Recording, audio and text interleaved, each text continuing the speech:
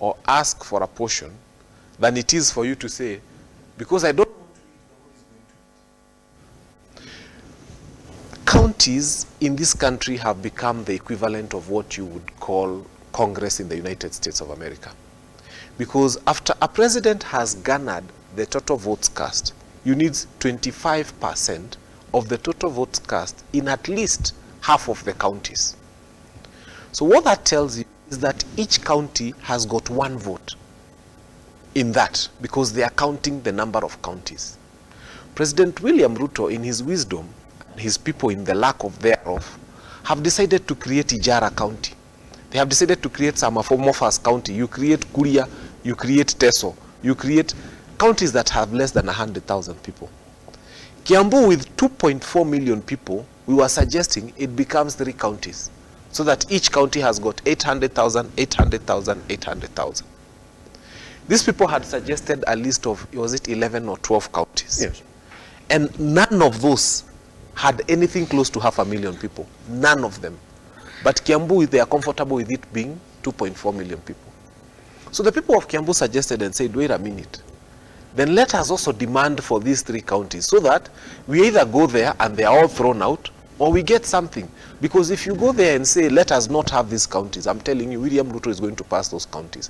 Because he's looking at 2027. And at 2027, he's well aware that there is a very high likelihood that the traditional 24 out of the 47 counties who are needed will be a problem. So he can see the 50+1 might work for him, but he's not certain about the half of the counties. And that's why you have to create some amorphous counties like Teso, Ijara, and another one there called Kuria, and another one that you have to imagine called, was it Suba? They're there. Yeah.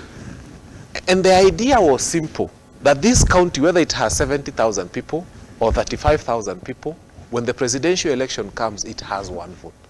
But there's something that is even more painful about it.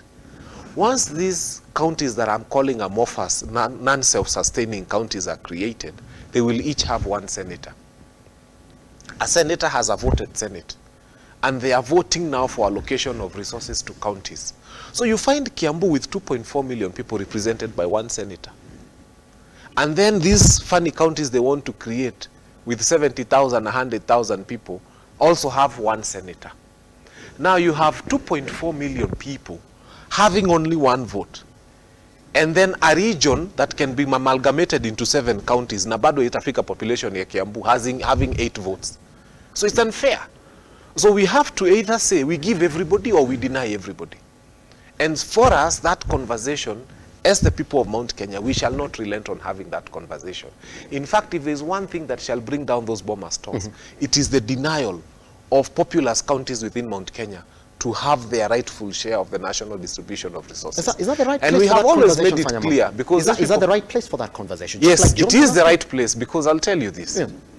First, we have parliamentarians who, once they were elected, changed their numbers.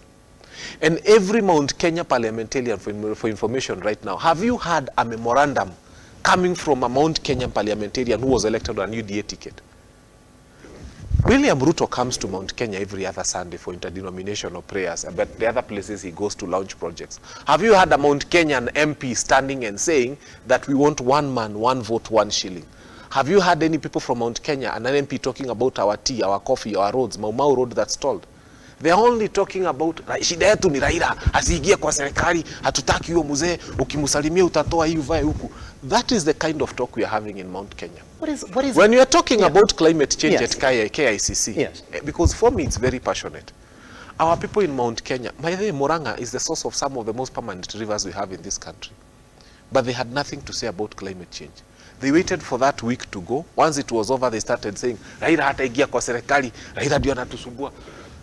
Let me tell you, for this opportunity at Bomas, one of the first things it has done, if Kenya Kwanza is not aware, it has painted Kenya Kwanza for who they are. Because questions were raised on national TV and Kenyans watched, and answers were given, substandard answers on national TV and Kenyans watched. And Kenyans said, wait a minute, the opposition actually appears to know more about government than government itself. And remember one time even the president told his ministers, I know what happens in your ministries better than you yourselves. So what has happened with Bomas, if Kenya Kwanza went into Bomas with a popularity rating of say 10%, because it cannot be more than 12.5.